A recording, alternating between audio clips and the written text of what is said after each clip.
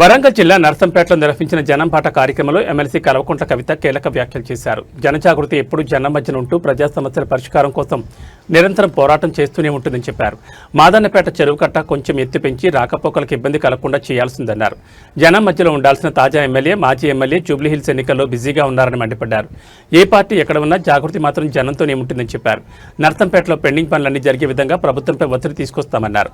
తెలంగాణ జాగృతి వలన జిల్లాలో ఉన్న 10 సమస్యల్లో కనీసం 1-2 తీరినా సంతోషమేనని కవిత తెలిపారు.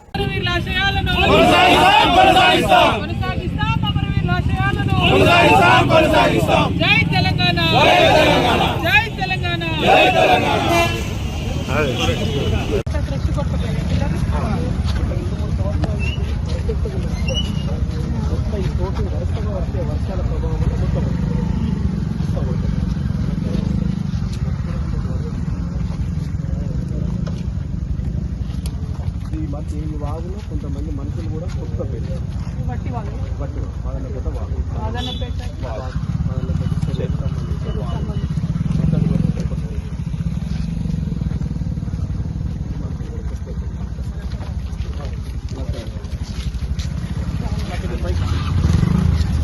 దిగు